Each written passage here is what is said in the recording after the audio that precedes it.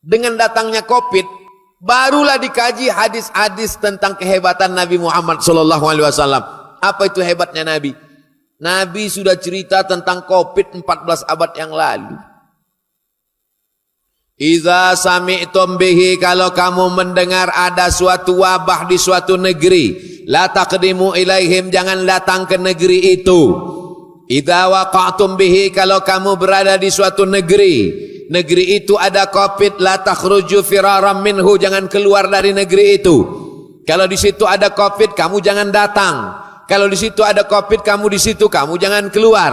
Itulah yang sekarang disebut dengan PSBB. Itulah yang disebut sekarang dengan lockdown. Nah, menyikapi bagaimana COVID-19 ini, COVID ini, saya sudah bicara sama dokter, karena saya tidak paham, ini masalah kesehatan. Jadi saya tanya Pak Dokter, Pak Dokter, itu yang kena COVID itu siapa? Kata Pak Dokter, yang kena COVID itu 3. Yang pertama, anak kecil. Yang kedua, orang tua. Yang ketiga, orang yang kena penyakit bawaan. Anak kecil, karena dia imunnya rendah. Orang tua, imunnya juga rendah. Orang yang punya penyakit bawaan, jadi COVID itu nempel ke situ. Itu makanya anak kecil, orang tua, orang kena penyakit bawaan, banyak yang kena itu begitu. Tapi kalau kita muda, sehat, maka COVID itu tidak kuat dia. Jangankan COVID-19, COVID-21 aja tak tahan. Itu. Oleh sebab itu perlu kita bangkitkan semangat. Lalu kemudian gini Pak Dokter, kenapa ada orang tua tetap sehat, bahkan dia sudah kena COVID, bisa normal lagi? Oh, itu ada imunnya Pak Ustadz. Imun itu apa? Imun itu kekebalan tubuh. Jadi badan kita ini sebenarnya ada kekebalan yang luar biasa di dalam badan kita. Tapi karena kita down, kita ngedrop katanya, maka ketika kita down itu, akhirnya imun kita turun. Nah, disitulah dia masuk. Oh, jadi kalau begitu imunnya mesti tinggi. Bagaimana cara membangkitkan imun? Bangkitkan iman. Jadi ini masalahnya adalah masalah iman dan imun dan iman. Alhamdulillah dari tadi saya ditemani terus oleh Pak Iman. Pak Iman itu Kapolres. Tadi sholat Jumat bersama Pak Iman. Oleh sebab itu maka bangkitkan iman, bangkitkan keyakinan bahwa kita ini yang menghidupkan, mematikan Allah. Makanya setiap selesai sholat itu terus kita ulang. La ilaha illallah wahdahu la syarikalah. Lahul mulku walahul hamdu yuhyi wa yumid wa huwa ala kulli syai'in qadir. Itu 15, itu diulang selesai sholat itu 15 kali. Lahul mulku, dia yang punya puja-pujian. Walahul hamdu, dia saja yang layak dipuji, dia yang punya kekuasaan. Yuhyi, dia menghidupkan. Wa yumid, dia mematikan. Wa huwa ala kulli syai'in qadir. Dia maha kuasa atas segala sesuatu. Saya tidak sanggup berhadapan dengan Bapak Ibu sekalian. Saya down. Imun saya rendah. Ketemu dengan Bapak Pembina, ketemu dengan rektor, ketemu dengan senior, ketemu dengan sarjana ekonomi, ketemu dengan anggota DPR RI, berjumpa dengan orang banyak. Itu down kita. Maka saya mesti yakinkan diri saya bahwa saya kuat, bahwa saya mampu. Setan datang berbisik, kau lemah Abdul Somad, berat kau cuma 51 kilo, kata dia. Maka saya mesti bangkitkan semangat saya. Kau lemah Abdul Somad, kau kan tadi malam baru naik mobil dari Medan 24 jam. 24 jam kami berangkat dari Medan sampai jam 7 pagi tadi. Berkunang-kunang, ini masih belum jelas betul Bapak Ibu. Tapi saya mesti bangkitkan diri saya harus bangkit, saya harus semangat. Oleh sebab itu maka bangkitkan semangat bahwa orang tidak akan mati sebelum ajalnya sampai. Berapa banyak orang sudah divonis COVID tidak mati-mati. Berapa banyak pula yang dikatakan sehat mati. Berapa banyak orang mau bunuh diri tak mati-mati. Diambil selendang, diikatkan ke leher, digantung ke pintu, melompat, patah kayunya. Tak mati. Tak juga mati berbaring di rel kereta api. Jam 5 pagi, lewat kereta api, tak mati. Rupanya salah rel. Stres. Datang orang debit kolektor yang mengutip utang. Karena stres, mencret-mencret, masuk kamar mandi. Minum, mencari racun tak ada. Diminum sabun ngepel. Minum. Tak mati. Bubuih-buih aja seminggu. Oleh sebab itu kalau tak mati, kata Allah tak mati. Tapi berapa banyak pula orang yang saya baru ketemu ibu-ibu umur 85 tahun. 85 tahun masih hidup. Saya ini Ustadz Somad 22 tahun yang lalu sudah diponis bahwa di kepala saya harus dibelah. Karena kalau tidak dibelah nanti mata akan buta, akan lumpuh. Saya baru ketemu bulan lalu. Kata dokter ini mesti dibelah, diambil ada tumor dalam, kalau tidak dibelah nanti akan buta, akan lumpuh. 22 tahun yang lalu.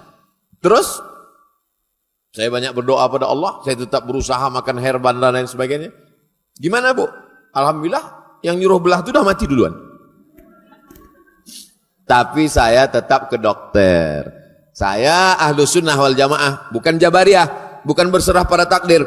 Saya tetap ke rumah sakit, saya tetap konsultasi ke dokter, tapi saya tidak menambah rukun iman saya jadi 7. Antuk minabillah wa malaikatihi wa kutubihi wa rusulihi wal yaumil akhir wa biqadri khairihi wa syarrihi wa dokter spesialis. Tapi saya tetap percaya kepada dokter, tapi iman saya tidak saya gantungkan. Oleh sebab itu saya tetap bersama dengan Bapak Ibu dokter di rumah sakit. Kemarin kami di Kementerian Kesehatan. Tetap saya tidak mau ceramah tausiah kalau tidak ikut protokol kesehatan. Makanya kita ada protokol kesehatan, pakai masker, duduk berjarak. Ini semuanya dalam rangka protokol kesehatan. Makanya siapapun yang mau mengatakan ini harus dibubarkan karena tidak ikut protokol, kami pakai protokol Pak. Mana protokolnya? Sampai 2, di sana 1, sini 1. Bapak Ibu yang dimuliakan Allah Subhanahu wa taala. Jadi kalau cerita masalah iman ini, maka iman itu justru teruji ya ini dengan adanya Covid ini makin teruji iman kita. Karena kalau punya mobil bagus di jalan yang bagus itu biasa aja. Motornya bagus, jalannya bagus, biasa. Tapi ketika motornya biasa-biasa aja, jalannya banyak lubang, bisa sampai ke tujuan, itu baru luar biasa. Makanya kalau kita lihat perjalanan nabi-nabi itu sulit-sulit semua. Tunjukkan sama saya perjalanan nabi-nabi yang enak-enak, enjoy-enjoy. Tidak ada. Nabi itu pasti banyak ujiannya. Nabi Ibrahim alaihissalam dibakar. Nabi Ibrahim dibakar di api unggun. Nabi Musa alaihissalam dikejar-kejar Fir'aun. Jadi kalau baru-baru dikejar preman biasa, dikejar Fir'aun. Nabi Muhammad SAW dikejar Abu Jahal, Abu Lahab. Tokoh-tokoh, tidak ada yang mudah hidupnya. Baik tokoh agama maupun tokoh-tokoh yang lain. Superman, Batman, Wonder Woman, Hulk. Semuanya menghadapi kesulitan. Mereka muncul itu kan karena menghadapi kesulitan.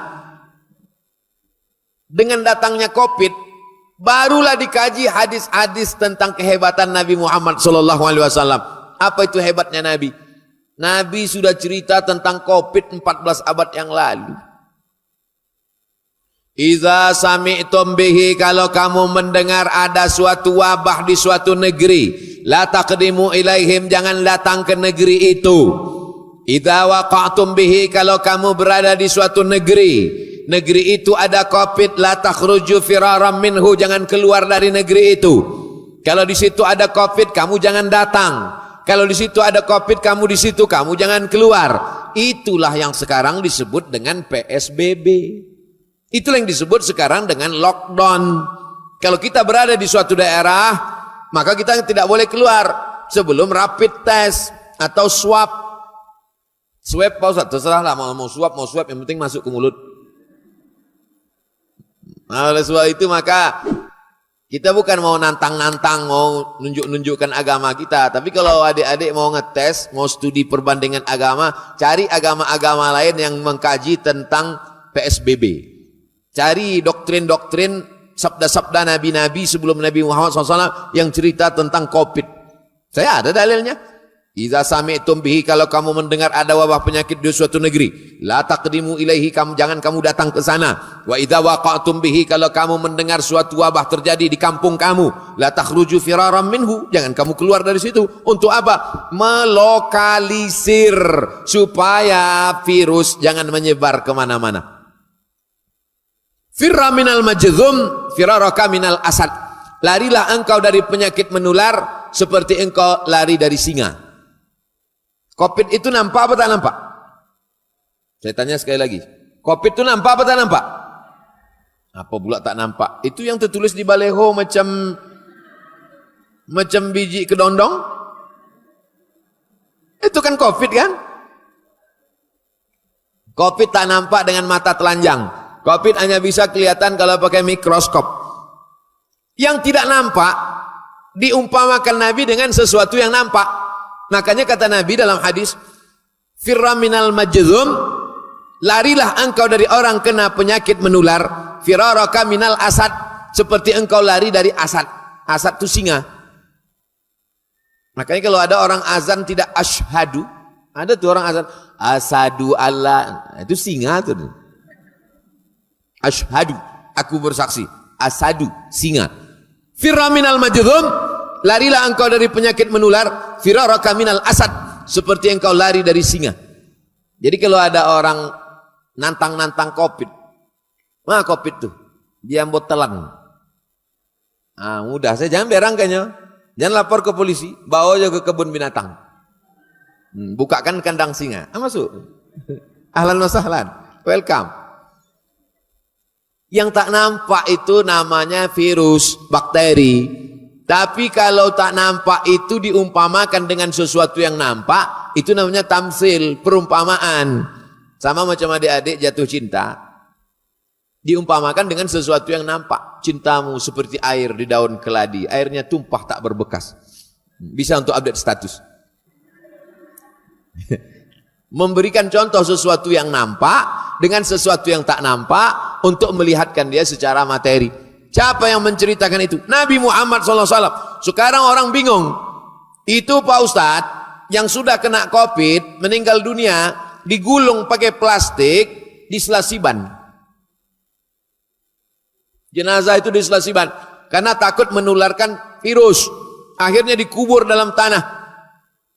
Nabi sudah mengajarkan bagaimana itu 14 abad yang lalu. Bagaimana caranya?